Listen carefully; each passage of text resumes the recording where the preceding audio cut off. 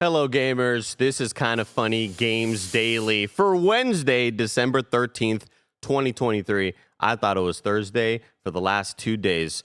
I am your host, Mr. Andres Cortez, otherwise known as the Nitro Rifle, and I'm joined by Tamoor Hussain. Welcome in, Tamoor. Thank you for having me in the box, the Phantom Zone. I'd love to be here. Thank you, Andy, for guiding me today. I feel like I'm doing like praying to God for some reason. What are these animations? This is the Phantom Zone. This is crazy. Oh, wow. This is very, very cool. Audio listeners, you're missing out. You just missed out on some CG, some computer graphics. That was the equivalent of, when they've got like a clown and the boat hair spins around. Yeah, exactly. That's exactly what it was. Today's stories include leaked documents suggesting a Spiderverse game, Starfield, finally getting city maps soon, and more, because this is Kind of Funny Games Daily each and every weekday at 10 a.m. live right here on youtube.com/kindoffunnygames and twitch.tv/kindoffunnygames. We run you through the nerdy news you need to know about. And if you're wondering right now on YouTube, you're watching this, this is the first time you're listening to it on a podcast. This is the first time we started the show. We've had no technical issues this morning. Barrett has not been pulling his hair out. We're doing really, really fine so far. I mean, Andy, you don't have to lie for me, all right? I have no hair left to pull out. So, Sorry. I'm so sorry about that. If you're watching live, you can correct us when we get stuff wrong by going to kindoffunny.com/you're wrong. If you don't want to watch live, you can watch later on youtube.com/kindoffunnygames or listen on podcast services around the globe by searching for Kind of Funny Games Daily. And remember, you can use Epic Creator Code Kind of Funny on the Epic Store and Epic in-game purchases. I can't wait to hop back in there to use the Kind of Funny Epic Code to get them Ninja Turtle skins. That sounds really gross, but you know what I mean. I'm not planning on frying these skins over a skillet or something like that. Give me those turtle skins. I hopped in last week or 2 weeks ago, whatever, to get the Invincible skins. The Ninja Turtles are next on the list. To be a part of the show, you can head to kindoffunny.com/KFGD to write in with your questions, squad ups, and more. And remember, patreon.com/kindoffunny. I saw a thread in our subreddit the other day, Tam. I happen to go to the subreddit. It's not always like advised. Sometimes it makes you sad. Sometimes it makes you real happy. But there was there's a lot of turmoil, a lot of chaos in the industry, Tam. Whether you're in media, whether you are working at a game studio, there's a lot of turmoil, a lot of chaos. And one of the questions posed was, with so much chaos happening in the games industry, how does Kind of Funny seem to kind of just like, not really have a whole lot of issues when it comes to layoffs, when it comes to job security and things like that? And sure, sponsorships are great. Your Twitch Primes are great. Your memberships are great on YouTube. But Patreon is really where the power is. So if you want to keep supporting a small company like us operating out of San Francisco, we'd love to see you on patreon.com/kindoffunny. People don't know that the real way you kill chaos is by contributing to Patreon. Absolutely. Jack Garland. Oh, man. I hope to see more old Jack. If you had a Patreon, that game would have been short. We're going to kill chaos. What do you mean, Jack? Yeah, Jack, what are you talking about? Ash and Jed. Who names the other two guys in a Final Fantasy game, Ash and Jed? I mean, Ash I can understand. Jed was just a weird choice. I mean, the protagonist for the new one is named Clive, so I don't know. It's just Clive Rosefield. I think they do this a lot, where they give everyone cool names and then they give the main character just the most, like, I saw him at a supermarket name. Yeah, like, absolutely. The only exception is Cloud. Cloud is one of the coolest names. The coolest. And I guess Squall and Zidane are also good, but like, there's a lot of cool sci-fi fantasy type names in the Final Fantasy universe. Yeah. Clive is a decent name. I like Clive. The type of names, Tam, that, growing up in the 956 Rio Grande Valley, RGV, we don't play no games. I was always like fascinated by white people because I'd see, where's this going, right? Because I'd, I grew up around a lot of Jose's and Michael's and, Daniel's and things like that. And the first time that I met a white kid named Ty, I was like, what the fuck is this? That's straight out of Star Wars. You know what I mean? Like, I couldn't believe, like, my goodness, when I first watched Animorphs and there was the red-tailed hawk guy named Tobias, I was like, dude, Tobias? What a cool name. This is insane. I only know, Jonathan's and, Jose's and stuff. So I was I was super impressed by white people. I feel like white people names are falling off. Like Really? they don't try anymore. Like you don't meet many Tobiases these days, or like like Barrett's and stuff like that. Yeah. Barry's a fucking cool name. Like Yeah. I mean, it's a B-Rat. Final I've Fantasy met name, maybe but, yeah. only two other Barretts in real life. I also I spell my name differently than Final Fantasy Barrett. But It makes it better. Yeah. It makes it stronger. A new kind of Feudy poll is up right now, gamers. You can find it on Blessing's Twitter, which is just look for Blessing Jr. And by the way, on Games Daily yesterday, Blessing was like, let's get that following up. I want to beat Andy in his following count. And he knew the number of how far he was away from me. And then he acted like, but I'm just kidding. I don't really actually care. How did you know the number, Bless? If you don't care, how do you know the number? How would you know the goal that you were trying to reach? It seemed like it was very ever present in your mind. All right. So when you go, oh, that's a massive L from Blessing. You hate to see that. When you go to Blessing's Twitter, do me follow, hit unfollow. Do me a favor, all right? Hit unfollow. DM him. Don't do any of that. Yeah. Go to his Twitter because Kind of Feudy kicks ass, and it's really, really fun. Yeah. And fill out that poll. And Tam, you had a bit of a hint of Kind of Feudy over at the Giant Bomb live event. Yeah, we had our Giant Bomb live event, Game of the Year, final day, the conclusion of it. We did live. People bought tickets, and it was amazing. And one of the segments was Kind of Feudy, which was awesome, and it resulted in Dan Reichert having cake smushed in his face. Oh, beautiful. Yeah, it was wonderful. Ours never do this because ours never really end in that. We always have to kind of just go home. And I got to go make a thumbnail for Gamescast usually is what happens. And I would hate to do that with cake in my face. Go fill out that poll because Kind of Feudy is great. And if you're not a Patreon member, you should be because you have like probably a year's worth of watching Kind of Feudies at this point. Thank you to our producers, Jackson Hampton and Delaney Twining. Today we're brought to you by Xreal, Z-Biotics, and BetterHelp. But we'll tell you about that later. For now, let's begin what is and forever will be the Roper Report. It's time for some news. We have 5 stories today. A baker's dozen. Story number 1. Leaked Insomniac documents could suggest a Spiderverse game is in development. This comes from Tom Henderson at Insider Gaming. Leaked documents from... I just screwed up the doc real quick. Let me just hit backwards real quick. Leaked documents from an Insomniac Games ransomware attack could suggest that the developers are working on a new Spider-Verse game. The ransomware attack was confirmed by Sony, which confirmed that sensitive employee information was compromised. As well as the employee information, new images of Marvel's Wolverine also leaked online, in addition to some references about upcoming projects. Andy, let me know when you want to jump back in, if I will. Oh, no, you're killing it. No, I was reacting to the news. I'm the audience member right now. All right, cool. No. No. Spotted by Reddit user Sut345. Grow up. The 3 of these yet to be announced. Hold on, grow up. Why? Why? His name isn't like Mario Sonic Man or something. Sut345. Come on. That's someone's sock account. You know it. They've been up to naughty stuff on the Reddit. Projects are RCE, Spider-Man 3, and Spider-Verse. It's already known that Insomniac is working on a multiplayer project, which has led fans to speculate that it could be the Spider-Verse project. I wouldn't be surprised in the slightest if Insomniac's multiplayer game is a Spider-Verse game where you get to create your own spider character, full suit customization, select what powers you want, said Reddit user Pocklane. Oh, that's fine. I'll allow that one. Really? I thought that would be the one. No numbers in it. Marvel's Wolverine is set to be Insomniac Games' next project, scheduled to release in 2024. It's unclear when we'll next hear about the studio's next titles, but a multiplayer Spider-Verse game will be great. This is kind of scary and huge and massive, and I'm scared for Insomniac. Yeah, first things first, like I believe these reports are correct, but these leaked documents include passports and photos and that kind of stuff. So highly sensitive, really shitty for someone to do that. I mean, I'm not here to like be the mouthpiece of developers and their IT departments, but like getting hacked sucks.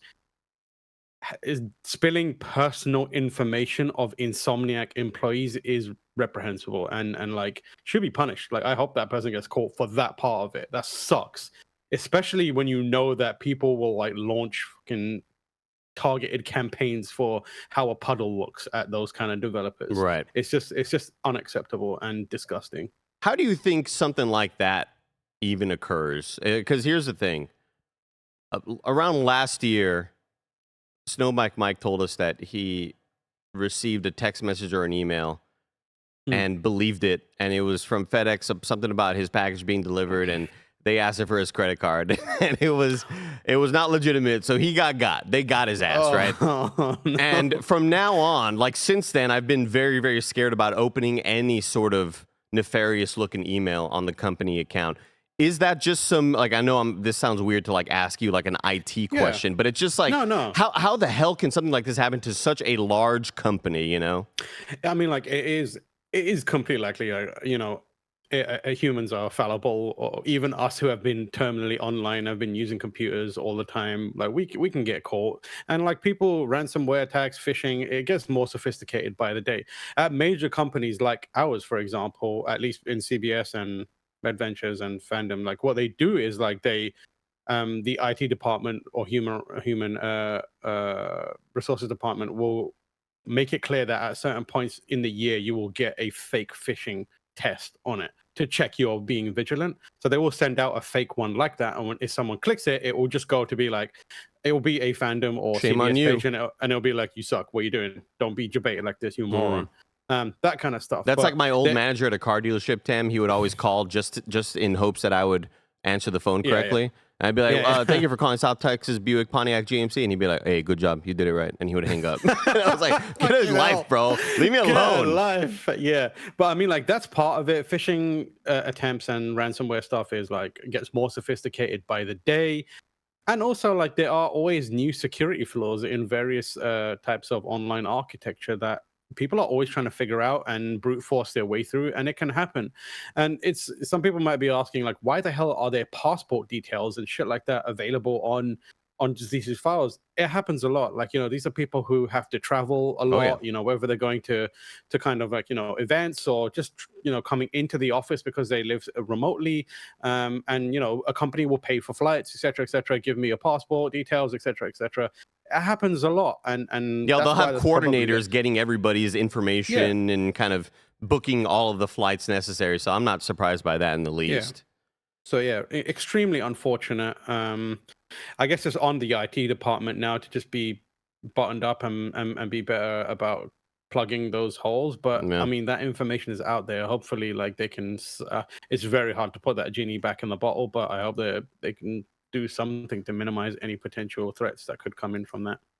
But to get to the gaming side of things, what the gamers are here to listen to, this multiplayer project been rumored in the past, and this is apparently like something, you know, some of these people are speculating that it could be a Spiderverse type, you know, multiplayer game, or a games as a service game where you are creating a character, you are living in this world. Kind of worried about that. Just as I am usually worried about a lot of multiplayer offerings, similar to when we were watching the Game Awards, and there's another cool looking sci-fi shooter extraction thing, and it says Exoplanet, and I'm like, we'll see, bro, because like I just don't have a whole lot of faith in, you know, kind of putting all your eggs in that multiplayer basket. Luckily, Insomniac is very well versed, and they have a massive portfolio, and they are diverse enough to take on any challenge in any other genre. What do you want out of this multiplayer game if all of this seems to be pretty legitimate? I genuinely, firstly, it's probably also worth contextualizing that we don't know the context in which these things were listed. Like, it could be a notepad document from someone that works there that just says things that I would like to do multiplayer for 2024. Multiplayer question mark? And like, if you look at the timestamp on it, it's from 4 years ago. Like, we don't know if that's a thing. Obviously, the multiplayer thing has been rumored, so everything with a grain of salt. You know, it could be just outdated or whatever. What I want from it, I don't know what you would do in a Spider-Man experience that is multiplayer. Are you just like punching? Surely it'll be a PvE thing, right? Like where you just like doing little quests and friendly neighborhooding it with your buddies and that kind of stuff. But I feel like the space has to be huge. If you think about the size of something like Fortnite, it is massive, but the rate at which you kind of traverse it is probably somewhere close to something like Spider-Man. I would say still Spider-Man is faster. So getting from one side of the map to the other, you don't want that to be something you can do within 10 minutes or 15 minutes or even half an hour even. And you don't want like 100 people doing that at the same time. They probably limit it to like something like 4 people, 3 people maybe, and then do the thing where if I had to like think about what they've done so far and try and cobble together some sort of idea. That weird rift thing that they used in the recent Spider-Man game and also from the Ratchet and Clank thing, use that to pull people into different worlds, you know? Like, oh, here's a rift, jump in here, you go in there, instances a 4-player, like a bunch of missions or an event or something like that. You pop back, get some EXP and carry on doing little bits in a hub area and then back and forth.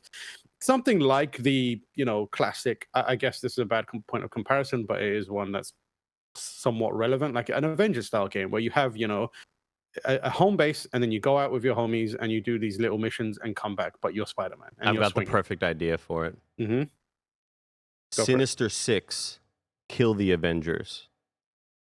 Just throwing that out there for you all. Shut the fuck up. It's a full shooter. Everybody's got guns and rocket launchers. It's fucking insane. Everybody's flying, dude. It's insane. It's a games as a service title. It upsets everyone. It vanishes for like many years. It'll be great. Yeah, you hit level 42, you get that golden grenade launcher as freaking Vulture. It's gonna be the coolest thing ever. You're turning me around, Andy. The one thing I've thought that like Doc Ock has been missing is like a purple gun. Thank you. Know? I need Doc Ock dual wielding like fucking magnums. You know what I mean? Dual wielding, quad wielding, dude. Yeah. Even on his like feet, oct wielding or whatever. It's like the darkness. Remember that game? It's like that shit. Yeah. So this is all very fascinating. I don't know if I haven't fully looked into all of the details of the leak. I'm sure this seems like something that's going to be a slow drip of info.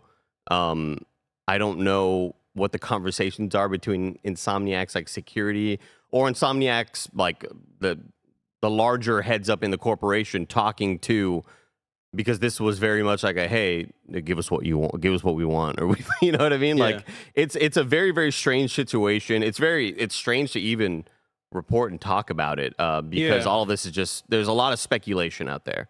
Also, like I don't know what extent they could go about it. This isn't just a Insomniac PlayStation problem. This is now a Disney Marvel problem. Like, and I don't know if these people, I'm sure they were, but like I don't know if they were prepared to be like thinking about the fact that the IP rights holders are also going to get involved. And you know, for better or for worse, Disney and Marvel have got the clout and the ability to make you have a real rough time if you do something like this. So I wouldn't be surprised if we don't hear anything, and then we just hear, oh, Disney and Marvel have arranged to have these ransomware attackers launched into space, and we're like, oh, that's how that ended. Cool. Makes sense, yeah. Yeah, it's kind of a weird bear to poke in this situation. Yeah. Not fully thinking about like the ramifications. All right, well, we'll probably be hearing more about this, and there may be more and more information coming out, but we'll see what happens with that later. Story number 2, PDP maybe teasing new guitar controllers for Fortnite's Rock Band-like mode. This comes from Jordan Midler at VGC. Peripheral maker PDP has teased plans to launch new guitar controllers for music games. The company, which last produced music controllers for Harmonix's Rock Band 4, ceased production of the peripherals some years ago, leading to a hugely inflated secondary market. But in a post on X this week, PDP seemingly hinted at plans to launch new guitar controllers in January 2024. And Barrett has the image up here. It's looking like something Prince would play. It's looking very sensual and sexual in nature. I don't know if I'm the only one getting the vibes of that. Maybe not. It's also the phoenix behind the guitar as well. I think so as well. Yeah, it's possibly like the fact that it's got wings on the side. I don't think that comes in the packaging, but it's mainly like the shape of the headstock that has me like feeling some sort of way. It really feels like when a celebrity like Prince has Fender make him like a super customized guitar, and it looks like the symbol or whatever. This could be fascinating, Tam. Like, will we see this resurgence in any meaningful way? I assume that PDP is doing this knowing or with the intent that this thing will be playable anywhere and everywhere. Like on you can use it. You don't just have to use it on Fortnite. You can just Right. plug it in and play wherever. In that respect, I think that it's been long enough that it could have some novelty value for people who weren't around back then, and weren't there to see it driven into the ground, or even people who have a nostalgia for it. For me, my current concern is like looking at this feels like it's coming off the back of Fortnite, right? And the kind of harmonics mode in there. I'm not sure that has a kind of library of songs right now worth sustaining a purchase like this. Like I'm sure like a few months from now when they're like Epic has done the legwork and it's full of crazy songs that we never expected. So they go That work. kind of thing, yeah, that kind of thing will be more enticing for people like me. As it stands, like I still have a fear of plastic instruments. One, because I worked in retail when they were at their height and I had to like move that shit around. Oh, yeah. And then I also worked there in retail when they died. And I was like, what the fuck do we do? Everyone's like, we've got a million of these. What do we do? And they just became, and also because The Funko Pops of their era. Yeah. And also like I remember like finding these things for like $2 brand new. I was like, okay, or £5 or something like that. And also as someone who owned a lot of them, I remember the space they took up and how annoying they became. But I'm at the stage now where I could buy one of these and be happy. So I think it's a good opportune moment for them, which fair play. Yeah, go for it. And I think with how ubiquitous Fortnite is now, and to your point about not having the song selection, I think Epic and Fortnite have the power to make anything happen in that realm. Like they will chase this, they will make sure that this does not end up being a failure. This seems like something they want to go for, and I think they look for licensing agreements with whatever music labels there are. 3 years ago, 4 years ago, at this point, way more than that. We would have never imagined the Avengers joining Fortnite when Endgame and Infinity War were popping off, and Thanos is joining the fight and everything. All of that stuff seemed extremely far fetched. Just like any new skin that kind of joins the fray, you go, Alan Wake? What? I guess so. And it truly seems like anything is possible because they have the bank account to make it so. Yeah, I just don't know. I don't need to be the person to be like IP integrity, keep look after your shit, whatever. But it's just there's a kind of like frivolousness to everyone dropping their shit in Fortnite, and it earns big bank. They're getting paid probably, but like every time like when Snake popped up, I was like, oh, just getting like sacred.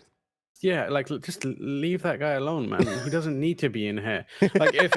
Like I'm at the stage now where if they put like, I don't know, Solaire in there, I won't be excited about that. I'll be like, oh man, that sucks. Like just leave that shit alone. I don't need you to make it look cartoony and have him do like the gritty and shit like that. Oh man, dude, it would be so sick to see Solaire do the gritty.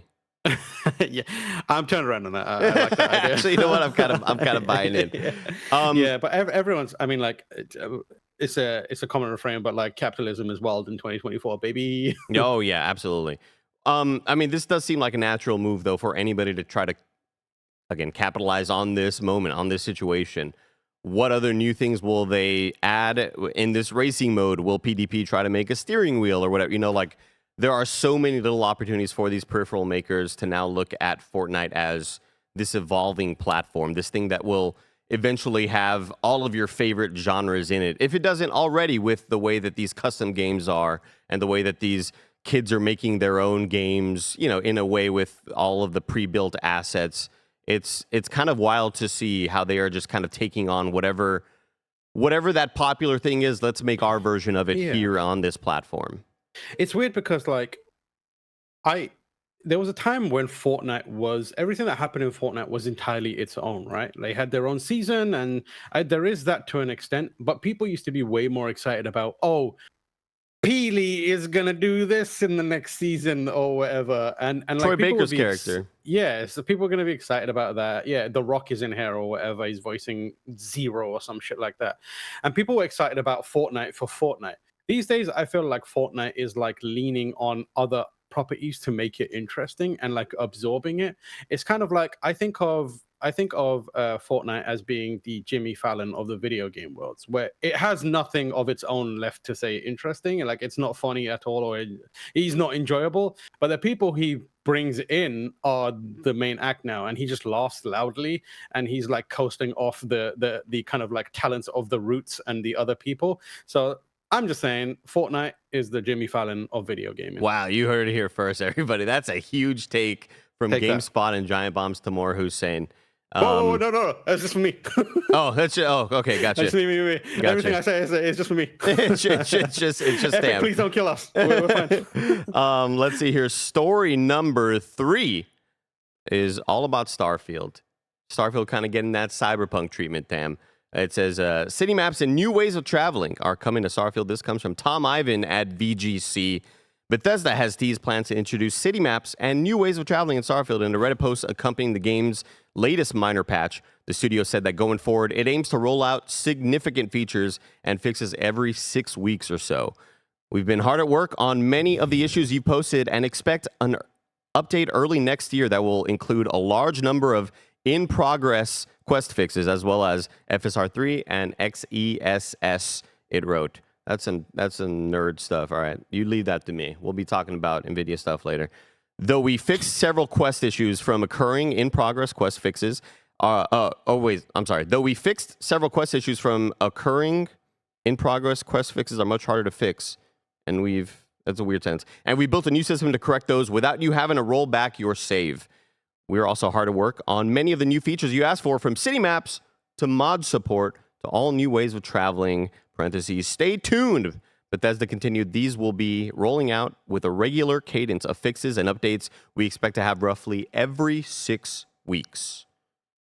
Nice. They're doing it. Bethesda is going to continue to support this game like I'd hope they would. I had a good time with Starfield. I know it is by no means a perfect game.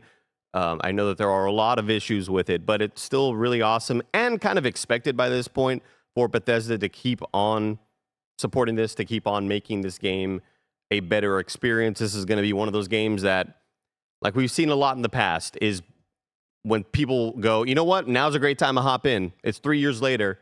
I'm super down to hop into Starfield now.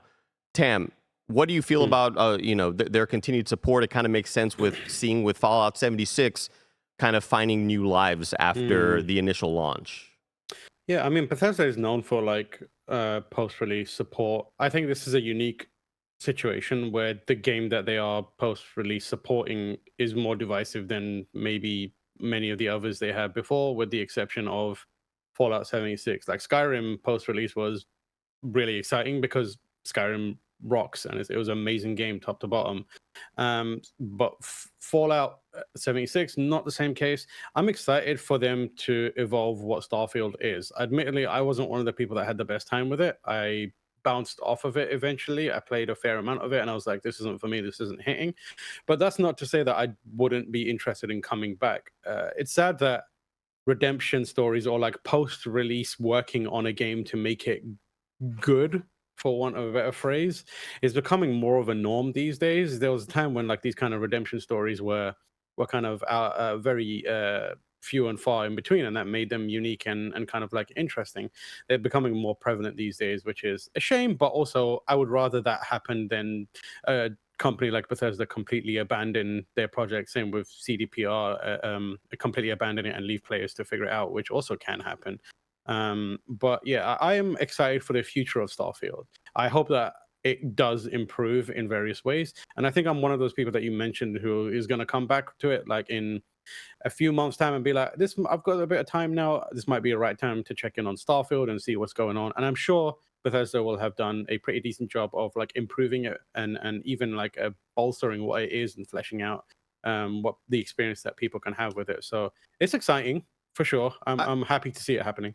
I think it's fascinating because it seems like some of these things that they're talking about weren't necessarily issues that they quote unquote like messed up on, or like, when we talk about Cyberpunk and, people would just start floating or, random explosions would happen. Those are obviously bugs. Those are obviously like oversights that maybe you weren't able to get to in that moment. They weren't priority when it comes to launching a game. But stuff like local maps, I feel I think that was a deliberate choice by Starfield to not have local maps. They want you to do the signpost reading. They want you to find your way in this universe and to a lesser degree, like, not gamify the experience of exploration. It feels like the not having local maps was a deliberate decision. Otherwise, I think they could have easily added a radar or whatever the hell, right? Or you hit the little select button. And I know that they have somewhat of like a map thing, but it's not the way you'd want it in most games. I wonder what the decisions there are from the people up top to go, you know what? Fine, fuck it. We'll do whatever they want. The fans have been asking for these local maps. We probably should have done that at launch, and now we're going to actually do them. Do you think those are things that they kind of fight each other about? Like, no, this was our initial vision. Yeah, I'm sure there is that. I mean, like, I can't pretend to understand what the initial vision is, but I think it's what you said. Yeah, it's like, they wanted people to immerse themselves, but there's various factors at play with that game that make that process not as engaging as they probably thought they want. Also, they're releasing that to the Google Maps generation, which is looking down instead of up to see where they're going. And the idea of it being a futuristic game. Yeah, this isn't Red exactly. Dead, Yeah, exactly. I definitely think that there's probably some discussions happening about compromising design, but at the same time, I don't think it's a compromise at all. Like, it's never gonna. I feel like if they present it as an option, it's still kind of enshrines the original vision, right? Like, if it's something that you can turn on and off, then there's nothing stopping from people from being like, you present it as, hey, we want you to look around and get a good feel for an understanding and layout of this universe. But if you're not up for that, you go in settings, you can pop on a local map. That's your call, or like put it in there as an item or something like that. Right. I feel like there's ways to have your cake and eat it too, and my hope is, I believe that Bethesda is smart enough to know that, hey, we have this vision, let's stick to it, but let's present an option. And these new ways of traveling, what are we thinking? Mopeds, hover bikes? What are we thinking? Intergalactic Uber. Okay. I think it's going to be take forever to arrive. It'll tell you to come out because your driver is nearby 20 minutes before the driver appears. Yeah. It'll leave you like in the orbit of a planet instead of on the planet and shit like that. And you'll have a whole 5-star rating system. What is your rating? Right. Driver rating, and also, passenger and that kind of shit. Like, damn, I'm not at the pickup spot, but that pickup spot is 2 light years away. I fucked up. Yeah, I typed in the wrong address.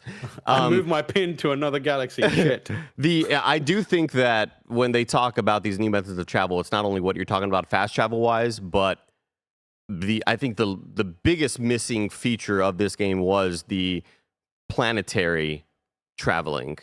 When you're going out to that one POI you see far in the distance, but I gotta walk all the way over there. I do feel like there will be some addition of a hoverboard or a little hover bike or some mode of transportation to get you around a bit faster. Remember in Metal Gear Solid 4 where they put in basically giant people slingshots? Right. Bring those back. Good stuff. What? You just launch yourself in the multiplayer from, I believe it was Metal Gear Solid 4. You'd like stand on this platform and it would just basically slingshot you across the map for funsies. Full to me over there, send me over there. Damn, that sounds crazy. That's awesome. But Barrett never played Metal Gear Solid 4 multiplayer. I only saw a bunch of YouTube videos about it. Yeah. I played it. That's fine. Hey everybody, remember, you can go to patreon.com/KindaFunnyGames, where you can get the show ad-free. And speaking of ads, let us tell you about our sponsors. This episode is brought to you by Xreal. Turn any game you're playing from any console, PC, or handheld into a 130-inch virtual big screen with Xreal AR glasses. Available now at xreal.com and Amazon.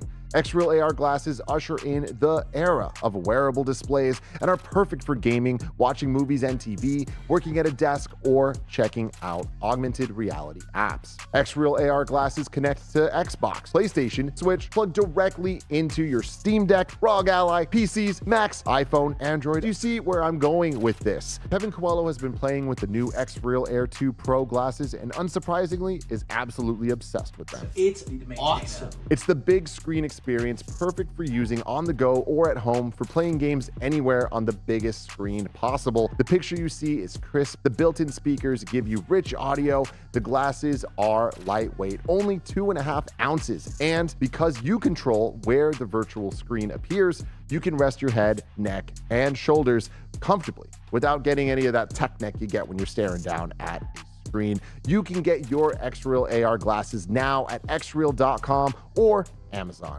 This episode is brought to you by ZBiotics. We all have busy lives these days, and we can't afford to waste a day stuck on the couch because a few drinks the night before. ZBiotics pre-alcohol is the answer we've all been waiting for. ZBiotics pre-alcohol probiotic drink is the world's first genetically engineered probiotic. It was invented by PhD scientists to tackle rough mornings after drinking. Here's how it works.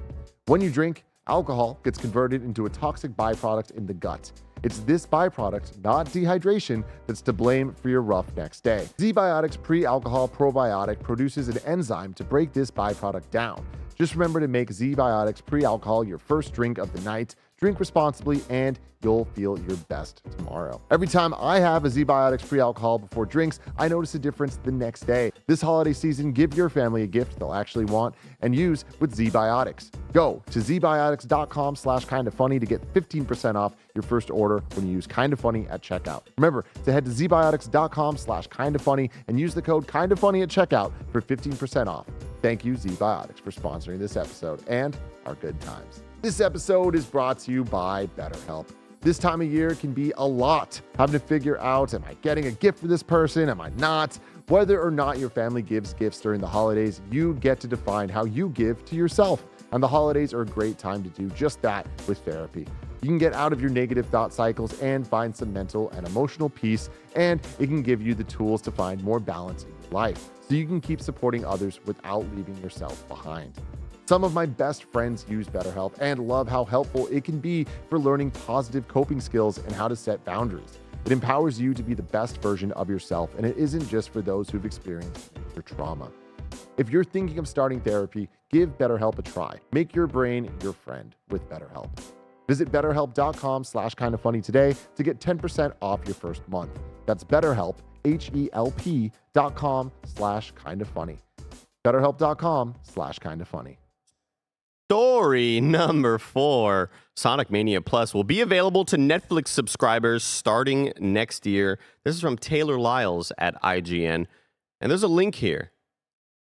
And the link doesn't work. The link's supposed to take you to a YouTube video that will not open up. It just gives me a 404. Oh, so something happened with the trailer. Oh Maybe, my god, someone finally killed Sonic. I was going to say Sonic said something really inappropriate, and we were like, oh my god, we got to take him away, get him off the camera. Sonic had a heated gamer moment? Yeah, he had a gamer moment. No. Netflix announced a new suite of games coming to its subscribers in the next year. Highlighting the list is Sonic Mania Plus, which will be available to Netflix subscribers sometime next year. As noted in the press release, this will be the first time Sonic Mania Plus will be available on mobile as a part of Netflix games. When it releases, those subscribed to Netflix can download an ad-free Sonic Mania Plus mobile version. Yeah, that's a lot of words. Ad-free Sonic Mania Plus mobile version on their Android phone, iPhone, or iPad. And here's a tweet from Nobel talking about all the other games coming to it, like Hades and Cozy Grove. Netflix, they're doing stuff out there, Tam, and I think it was during the Game Awards possibly, or a Games Daily that I was on with Tim. I'm still in that position where I don't know how to get Netflix games on my phone, and I'm too afraid to ask. I'm still at that point because I don't see the vision quite yet.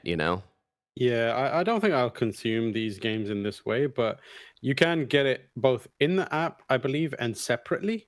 So some of these games are available completely separately where you download them, and then there's a Netflix splash screen at the start, which is fun, I guess. Yeah. But yeah, I mean, they're releasing games. They're releasing more games that we've already played than commissioning new games.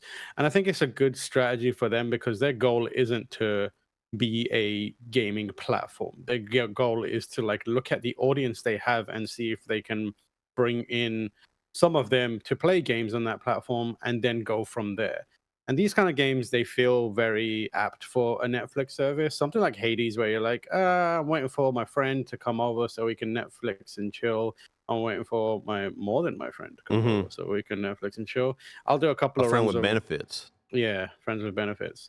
I'll do a couple of runs of Hades until that person gets here. I'll play a little bit here and there, and easy like a Sonic Mania or Farming Simulator is the kind of thing that you can like pop on while everyone's around and look at it and be like, look how dumb this is, man.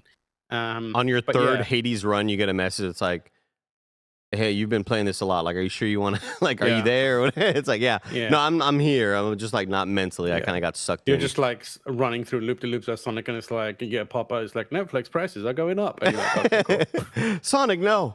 Yeah, these offerings are interesting, and it really, so far, it kind of reminds me of several years ago when Google Stadia is trying to make their space in the gaming industry.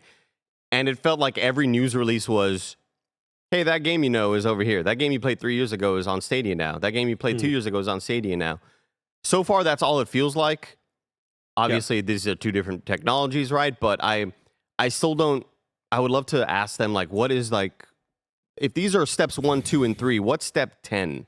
What are we looking at for the future? What's your 10-year plan, I feel like we've had a little bit of that where I think if I had to guess, I would imagine it is because they are setting up like little teams, aren't they, if I remember correctly? And they're setting up little things. I think that the strength of Netflix right now is it has IP that it can leverage for various things, right? Like, I wouldn't be surprised if the ultimate end goal is to have enough teams that are diverse enough or have enough games established in the industry where you can be a player and kind of license or like create deals with other developers and partnership deals and have them make games based on your IP, so you have more of a cut of that pie. Like the Squid Games game, that kind of thing. Like right now, I bet you they're kicking themselves that they can't have a Scott Pilgrim game based on the new Scott Pilgrim series out there. So I think they eventually that's probably what they want to do, get to a point where they can be like, we're launching this series, you like it so much, here's a video game based on it, and it's good, it's not dog shit. So I imagine that's the goal. From Software presents Blue-Eyed Samurai. I still need to watch that. It's on top of my list. Ooh, well, I've been saying it for about a month now, Tam. I'm like, I finished episode 1. So I have yet to get back. This fucking guy. I have yet to get back to it, but I've seen a lot of clips that look real cool, let me tell you. But episode 1 kicked ass, and it's a great kind of way to set the stage. Wasn't it a couple weeks ago you're like, it's your show of the year? Me? I thought so. I thought that was you. Oh, no. Okay. No, that was not me. Okay. No, I'll wait to episode 2 to say that. I'll definitely wait till episode 2. So yeah, that's interesting. We'll see where the future lies for them. Yeah, I currently have no intention or desire to play games on Netflix. So yeah, it is what it is. I feel that. Story number 5, Fallout 4. Next gen update delayed to 2024. This is from Wesley Yinpool at IGN. The hotly anticipated next-gen update for Fallout 4 is delayed to an unannounced release date in 2024, Bethesda has announced. Confirmation comes from the Fallout Twitter. We're just going to call it Twitter. We're not going to call it X. Which thank fans for their patience. Thank you for your patience with us as we work on Fallout 4 next-gen update. The post reads, we know you're excited, and so are we, but we need a bit more time and look forward to an exciting return to the Commonwealth in 2024. Bethesda announced a Fallout 4 next-gen update in 2022 with the release set for some point at 2023. Given there are only a few weeks left of the year, its delay to 2024 was expected. The update is set for PC, PS5, Series X and S on Xbox. It includes a performance mode that allows for higher frame rates, a quality mode for 4K graphics, plus bug fixes and more Creation Club content. I feel like I'm being gaslit right now. Hotly anticipated. We know you're excited. So is this something that people... I forgot. I didn't even know this was happening. Tam, you're excited, and you're going to be excited, and you're going to stay excited. Who's excited for this? Tam, they probably read like 10 tweets, all right? You got to take the wins where you can, you know what I mean? Like, when I see 3 people raving about my performance on a show, I'm like, wow, I kicked ass. And you ignore all the negativity. I mean, look, to be honest with you, I'm kind of excited for this because I barely played Fallout 3. I did not play Fallout 4. They've always been just really ugly looking games to me, and they did not look visually appealing for me to hop into. I was always the BioWare RPG boy, and I preferred Mass Effect and those worlds to lose hours to. And also, I was poor as shit. Like, if I could afford one game, I'd buy Mass Effect 2, and that was it, right? But I'm kind of stoked to see exactly how much of an upgrade will occur here, because the lighting models because Bethesda always took so long to make these games, and understandably so, rightfully so, they were always releasing a bit dated, right? It reminds me of like when the Switch releases, it's like, damn, this is already 3 years out of date, right? In terms of hardware. When Fallout 4 released, it didn't look like other games in that genre that were, or in that like time that it was being released at. It looked a bit more dated because they had been working on it for several more years, and maybe improvements to the engine hadn't occurred. I'm stoked to see Digital Foundry's breakdown on it. I'm stoked to see exactly what sort of visual improvements there can be. I will definitely be picking this up on PC. You know why they're doing this. You know, everyone knows. I have no idea. This. Tell me. There's a TV show coming out. And it makes sense. It makes total sense, right? Like that we've seen. That's why I was kind of surprised by some of the Last of Us news happening so early with this remake, because I feel like it would have been a better time thing for Last of Us Season 2 to come out. But yeah, I mean, this is like what, the second or third release for Fallout 4 compared to Skyrim. They only got like 30 more to catch up to. So yeah, it's exciting. Coming to Netflix soon. Yeah, it'll be on Netflix. I am excited to see what's coming to Netflix soon, but that's just so far away, Tam. If I wanted to know what is coming to mom and grop shops today, where would I look? The official list of upcoming software across each and every platform, as listed by the KindaFunny Games Daily show hosts each and every weekday. Yeah. Out today, Pioneers of Pagonia is out on early access PC. House Flipper 2 is out on PC. Warframe Whispers in the Walls. Blessing will be there for that. Here's my problem with Blessing, Tim. Here's my problem with Blessing. Anytime I want to play a game with Blessing, he always gives me a rebuttal for another game that's similar to the game I'm suggesting. Just play the game I'm asking. Anytime I'm like, I swear to God, if I asked him to play 2K with me, he'd be like, what about NBA Live? Like he always comes at me with some other game in the genre that's kind of close, but not quite. I've been asking, I wanted to play Destiny 2 with him. Like, what about Warframe? Like, just give in. Just be my friend and play the game with me. Warframe is sick, though. I know Warframe is sick. It's lasted for so long because it's sick. It's clearly a very proven product. But it's just, this is just a microcosm of like all the times I'm like, bless, Warzone in 2020, let's play it. He's like, let's play Apex. Like, fucking... just get with the it's program. Like when you text me to play basketball and I just give you a different part of my body that's broken. Yeah. Like, what the fuck? Plantar fasciitis all the time. And the final game that's out today is Witch on the Holy Night. And that's a witch, like a bruja, like WITCH. Bruja. Yeah. Today, we are brought to you as well by NVIDIA GeForce Update. We partner with NVIDIA to keep you updated on the latest G4 RTX additions to your favorite games. And this is perfect for me because, like, I'm that guy, all right? All the other fools up here, bunch of fakers. They don't know a damn thing. In fact, a lot of them probably talk enough to where NVIDIA may not want to sponsor the show anymore. And I would understand it. And in that case, you know how to contact me, NVIDIA. Have you been playing the finals since that surprise drop last week's Game Awards? We've been playing the finals, and it's really fun to game on PC with RTX. It looks amazing with ray trace global illumination, which makes the lighting realistic and so gosh darn beautiful when you blow open a building and watch it come down through the smoke. Poetic, even. Does someone mic write this? At 4K maxed out settings, you get double the performance with DLSS 3. Which is deep learning super sampling. The only cool instance of AI ever in video games is what NVIDIA's doing to double your frame rate, to make the game run better, look sharper. You're getting over 100 frames per second on a 4070, on an RTX 4070 at 4K resolution. That's nuts.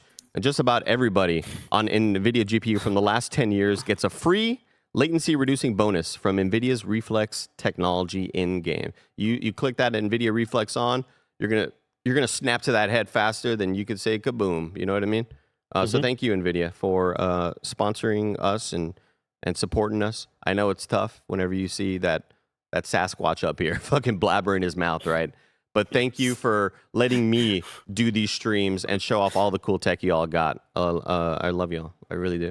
Sasquatch. I mean, he is, right? He is. I can't believe you just whitewashed the Sasquatch. Let's see here. And another one of the Game Awards announcements revealed was the release date for the upcoming Black Myth Wukong. My God, this game looks magnificent. Is it Snowback Mike writing these? It really feels like there's a lot of enthusiasm in these. So it'll be here on August 20th next year with ray tracing, reflex, and DLSS 3. All the footage in their new trailer was captured on a GeForce 40 series PC, so it gives you a pretty good idea of what we'll be getting in a few months. And if you've been following along with NVIDIA GeForce's social channels this past week, you'll notice they're celebrating 500 games that have gone RTX on. Well, they're above 500 now. Still celebrating with some cool giveaways, including winning $500 worth of video games. I mean, that's just doubled my unplayed backlog. But just think of the haul I could get with $500. Check out the link in chat or find it NVIDIA GeForce on social, which will take you to their contest page to show you how to enter. And if you win, well, you know where you can send a spare game or two. You know, for the holidays. The laugh wasn't there. I added that, Tam. I know. New dates. Thank you, NVIDIA, once again. New dates. Art of Rally launches on iOS devices January 18th, 2024. Atlas wept. Mixture of like Atlas shrugged and Jesus wept. You know what I mean? Shortest sentence in the Bible, some people tell me. Atlas Wept launches on PC January 17th. That's my friend Mike's birthday. Shout out Miguel Guerra. Tamagotchi Adventure Kingdom launches January 4th on Apple Arcade. Diablo 4 limited time event with Midnight Blight runs from December 12th to January 2nd. Loot River gets a level updater. Gets a level editor update, and it's coming to PS4 and PS5 on December 19th. Tam, your code doesn't work for Loot River. No. I'm going to buy it. What's up with that? No. I know, man. I had a decent time with it last year. I think you should check it out because I think it's clever enough with its design, but it didn't fully grasp me like I thought it was. Like when we first saw it on all of like the Summer Game Fest E3 things happening that year, I was like, wow, this looks like it can't miss. And unfortunately, it was like a somewhat miss. Yeah, slightly off center. Yeah, hopefully the next one's even cooler. Deals of the day, PS Plus extra premium titles, December titles announced. I said titles in there like 4 times. GTA 5, Stranger of Paradise, Final Fantasy Origin, where you can kill chaos. Kill it. Moto GP 23, Metal Hellsinger, dude. If you haven't played Metal Hellsinger, get a life and figure things out, all right? Tell the family you're going to be gone for a weekend and just play Metal Hellsinger. That game was number 8, I believe, on my top 10 last year. Huge praise. You want me to look? Yeah, sure. Yeah, check it out. Yeah. What a phenomenal game. I loved Metal Hellsinger. Salt and Sacrifice, Moon Scars, Mega Man 11, Gigabash, Grime, Tinykin, Proteus, Shadowrun Returns, and PS Premium classes are Mega Man Legacy, Thrillville, and Buzz Lightyear of Star Command. Buzz Lightyear. Really quick, I also want to shout out Tinykin. If Pikmin was never your jam, but you want like really cool Saturday morning cartoon like art style with kind of a Pikmin twist on it, beautiful. Check out Tinykin. Very good. It's game. good fun. It was my number 10 last year, and Andy, I'm looking at your list. It was your Metal Hellsinger was your number 9. Ooh. Tinykin was beautiful. I loved that the character was like that Paper Mario cutout, and it would just turn. Like that. It was very, very cute. There's just something about being a little dude exploring a normal sized house, but you're real little. That's my everyday life. That's my everyday life. It's crazy, Tam. I walk around and I sometimes step on Andy because I'm like, oh, shit. Yeah. Olives, with a reader mail, says, I just want to thank Andy for recommending Roboquest. It literally went straight to my top 10 in this insanely stacked year. Much love and keep on shining on gems like this. Good, because, that game kicks ass. I'm streaming it on Saturday with Ray Narvaez. Shameless plug. Twitch.tv/Andy Cortez. Yeah, that game kicks ass. Tam, have you played Roboquest? No, it's on my list to play. I'm storing up a bunch of games that I'm gonna play when I return to streaming, which is hopefully gonna be soon. You and I, let's co-op this as well. Like it is. I will 100%. I have not felt the roguelite hook. Even like with my time with Ragnarok Valhalla last night, although I had a lot of fun with God of War Ragnarok Valhalla last night, the roguelite hook of oh, I have these punching gloves as this new weapon I got, or this SMG with fire damage. Let me make this a fire damage run. Let me do an electric run since I have all these other perks. It is like, it's so fucking good. I can't believe how good it is. Andy, if you want to play as multiplayer, I promise I'll play this game with you. Okay, I love that. No, I wouldn't suggest any other game. Not Valorant. Let's see here. You're wrong. Well, again, you can write into You're Wrong by going to KindaFunny.com/You're Wrong. Let me see if there's anything worth reading here. Karma says, keep your bullshit politics out of this video game show. Fucking loser. Spice writes a comment about cloud gaming. How it's officially in beta for Meta Quest VR headsets. Xbox Cloud Gaming. Check that out. I don't even know that's a You're Wrong. I think that's just like somebody writing something in. Cool. That's it for the You're Wrongs. This week's hosts for tomorrow are Blessing and Tim, although both of them, they got the crud right now. They're spitting out green. They got the cough going on. That's why I'm here, baby. It's been rough and kind of funny for the last week or so. Like, I was sick, and then Mike got sick. Mike's been sick for about a month now. But yeah, Tam, thank you for hopping in. And Friday, Tim and Bless. So it's like just a little swap. Tamoor Hussain, where can people find you?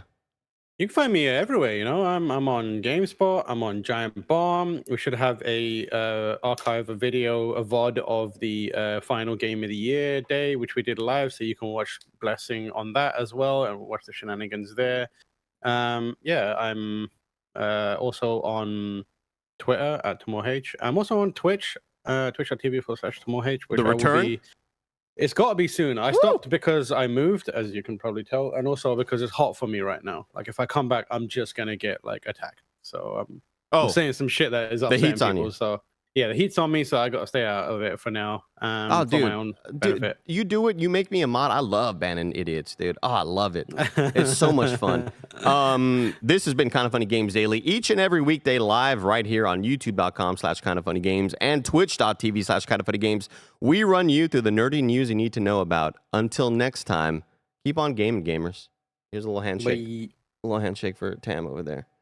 The other hand, yeah. I just look like I'm jerking off. Stop it. You sure do. And now it's time for the post show, I think? I'm not sure what's going on. When we walked in here this morning, I put my computer on this side of the desk, and Barrett was like, oh, are you hosting? I was like, yeah, because Blessing can't make it. And we're doing it with Tam. And then freaking Barrett was like, I haven't been told about any of this. And it's because we thought he was in the group chat with Kevin and stuff. Mike, if you want to rest up, for your gameplay, you go do that, big dog, because Mike's going to come at you after this with some hot Fortnite Minecraft gameplay. Oh, yeah. Or Lego gameplay, rather. Let's get to our freaking little resubscriptions. I got Vitz Patel, 82 months of resubscribing. What's up, Tam? No, I was just saying Vitz. I like Vitz. Oh, what's up, Vitz Patel? Yeah, he's good people. Thank you for your 82 months. I'm reading the screen right now because I'm trying to bring up the stuff I need to on this laptop, but I don't know if I ever fully set it up. We also got Finn with 78 months of Prime of Tier 1 gaming. Remember, you can use your Prime, you could use your Tier 1s, Super Chats, all that fun stuff here to ask me and Tam your questions. Let's see here. Let me dial back to an hour ago. Soul Evo, 72 months with Prime Gaming. It says 72 months of free Amazon money. That's right. Set a reminder if you're a Prime gamer on Twitch for your Twitch subscription, because you're going to forget, and Twitch and Amazon are not going to remind you. They want you to forget about that free $5, which then we get $3.50 of. Think of it this way. Every time you use that money, it takes a little bit out of Jeff Bezos' pocket. Mm-hmm. You want to rob that fool. Think like it makes the vascular veins in his gigantic steroid-laced biceps a little bit smaller. You know what I mean? Yeah. Agreed. Mr. Anderson, 66 months using Prime. Just like Puiseko used Prime, and the Ronin Kaiju, and Mighty Cool. Thank you, Mighty Cool, Ronin Kaiju, and Puiseko for all using Prime, and Mr. Anderson. Angelo, 31 months, gifted out a sub. Boss Jacob says 38 months and counting, baby. Thank you, Boss Jacob. We got JJ Baseball, 40 years, or 40 months. 40 years? This year has felt like 40 years, to be fair, Tim. JJ Baseball, resubscribes for 40 months and says, shout out to Baird for being awesome. Love y'all and the cool stuff you do. Nice alt account, Baird. Dude with a kid resubscribed for 3 years. Thank you for your 36 months. Mr. Hawks, 69 bits. Thank you, Mr. Hawks. Altered Rain. Ooh, an interesting one. 79 months from Altered Rain. Says, nice. Andy, give me your best Ray Narvaez Jr. impression. Let's play! Or something like that. That's pretty good. That's all I got. It had right the now. energy. It had the energy. Yeah, I think it did too. Yeah. We got New Planets resubscribing for 26 months. The one thing I'm interested in is a lot of people resubscribing, not asking questions. Just kind of like, what's going on here? Here's your money. Here's our money because we appreciate you and we appreciate your content. And here's one thing. Ask for some advice, anything. I was going to throw one thing out, Tam. Because there's always this weird kind of mentality out there when it comes to supporting your favorite like internet creators. Like last night, I had somebody gift like 10 subscribers to my stream, and somebody else was like, "Man, your community is so supportive," and it does warm my heart because I also like to be that for my favorite content creators, and it's like I've never loved the mentality of like, and this is even when I was working at Best Buy and stuff. I was still like, I want to find a way to support because, I would hear, well, Disney Plus is like $2 more. Why wouldn't I just buy that? Yeah. And it's like, it's never really been about getting the content for me. It's always just about giving the people I love and hoping that they are able to continue carrying on. Yeah. So that's always kind of the mind that I've had of it. We have a question here from Neo Ayoshi, resubscribing for 62 months. It says, hey guys, what are you most looking forward to in 2024? The election, baby. Woo! It's going to be a fun time, baby. I honestly don't know. I feel like the last year or two has really trained me specifically not to think too far in the future, not in an don't be irresponsible about being like in the moment, but like I feel like the life changes it has for me, and especially in a way that it's like I don't look forward to things. I try and find things to enjoy in the now, if you know what I mean. Mm-hmm. There's a bunch of games coming out, obviously, that are exciting, but also I'm just kind of like starting to go with the flow a bit. You're vibing, bro. I'm vibing. I'm going with the flow. I'm looking forward to the things that I don't know about in 2024 that will be exciting for me and us. I am looking forward to, if we're talking like games wise, I immediately am thinking about the game that has that 2D, 3D thing. Is it a Devolver game? The Plucky Squire. The Plucky Squire. Fuck, I forgot about that game. That's a game I'm looking forward to. That game is going to kick a lot of ass, and it looks just very inventive. I'm also looking forward to Hyper Light Breaker. Oh fuck! Whoa. Oh my god! You just hit me with a Draymond Green fucking spin around hit. Yeah. God damn! I always forget about Hyper Light Breaker, and then I'm reminded I'm made very, very happy about it. And also, whatever Zelda's, remakes or something like. I don't believe shit anymore. I don't believe the whole. There's the thing of like, oh, there's rumors of a remake of Ocarina of Time the day of the Game Awards. Like, I don't believe any of this shit anymore. Wind Waker say that Zelda is dead. Yeah, Zelda's fucking dead. Wind Waker and Twilight Princess are never coming to the Switch. They're never gonna remake Ocarina of Time.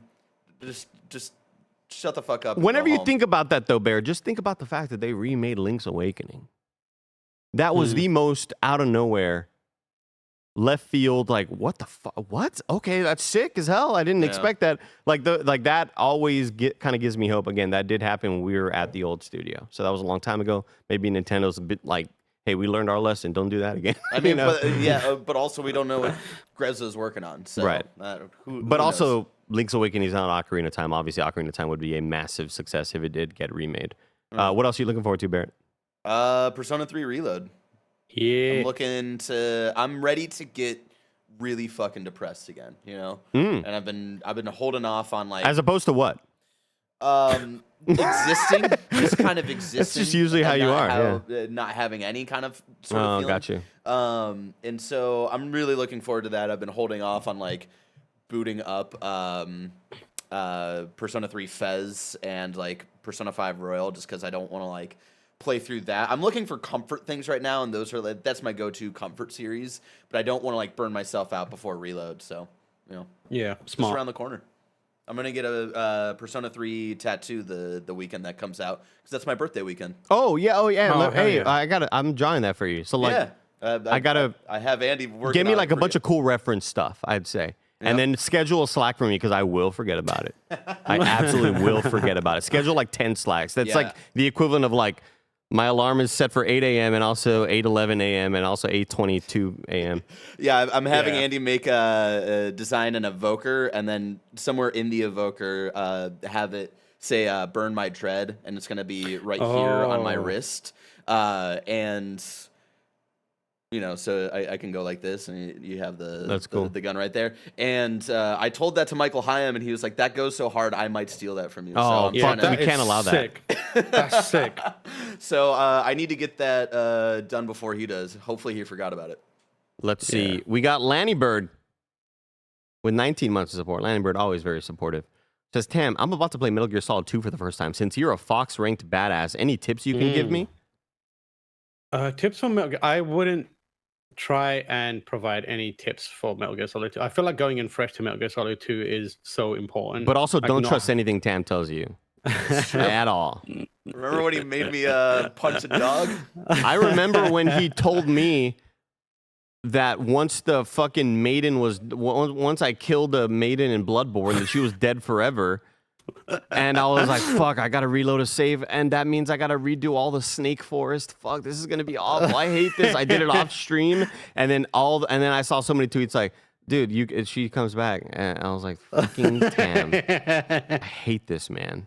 I would say, just go into it fresh. Expect the unexpected. Go with its flow to a degree. Like, it's doing some weird shit. And it gets very, very weird. So yeah, just enjoy the experience. It is fun. Wasted Bandwidth says Bless in Dark Souls 1 too.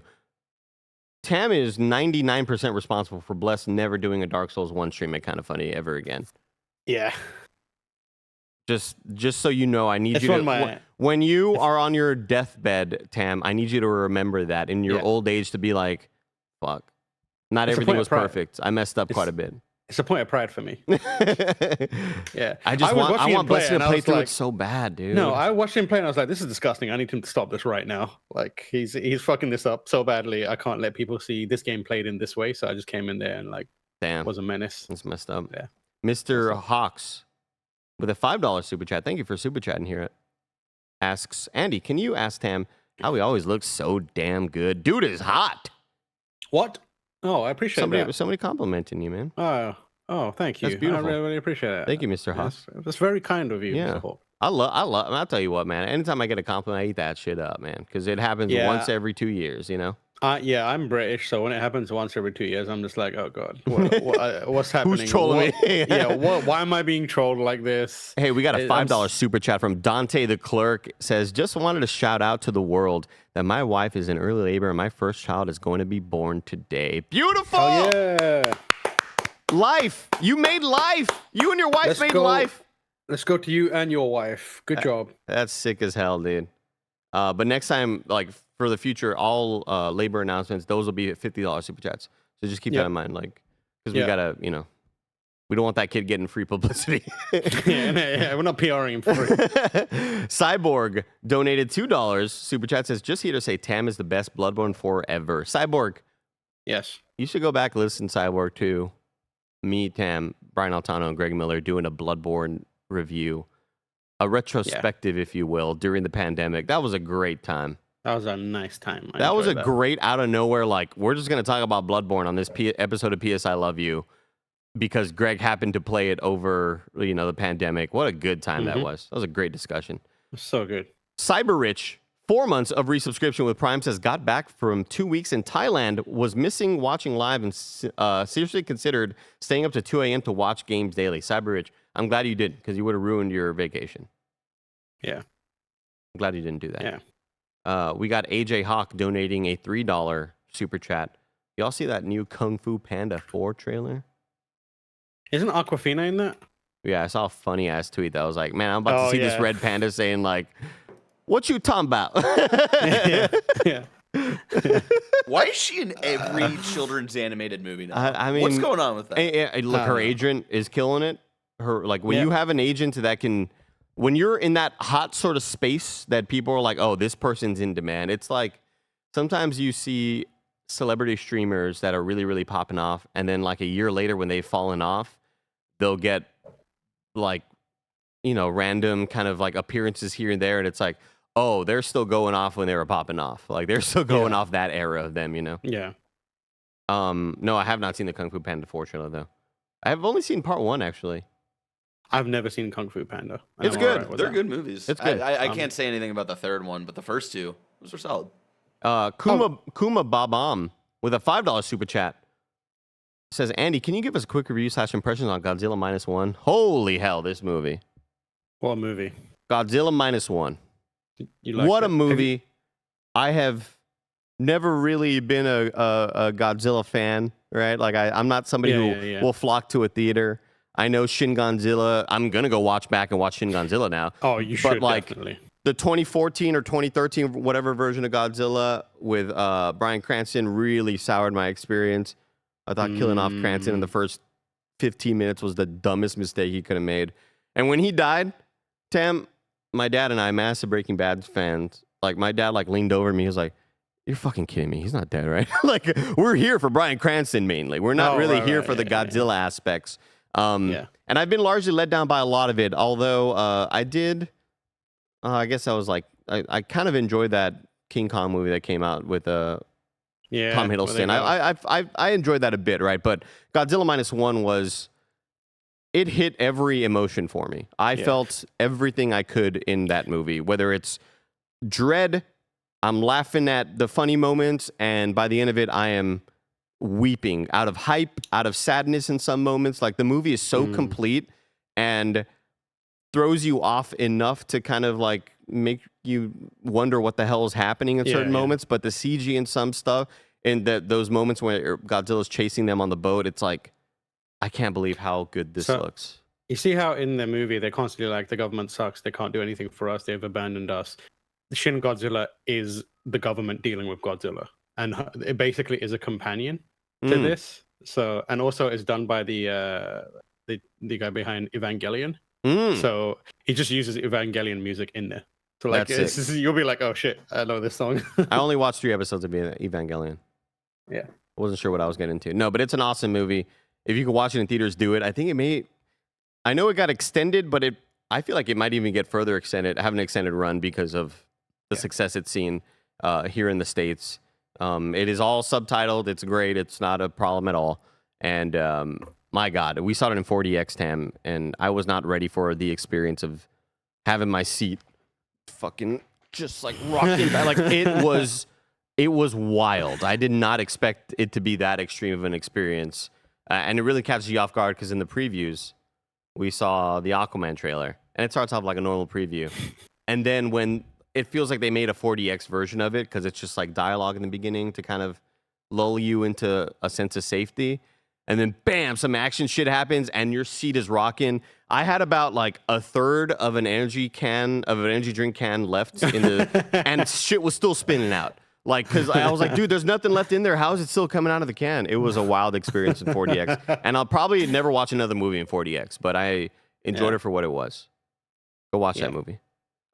We got one more super chat that I'll read, and I'll leave the rest of them to Snowbike Mike when he goes to go play Lego Fortnite, their Minecraft survival game. So stay tuned for that here on Twitch and on YouTube.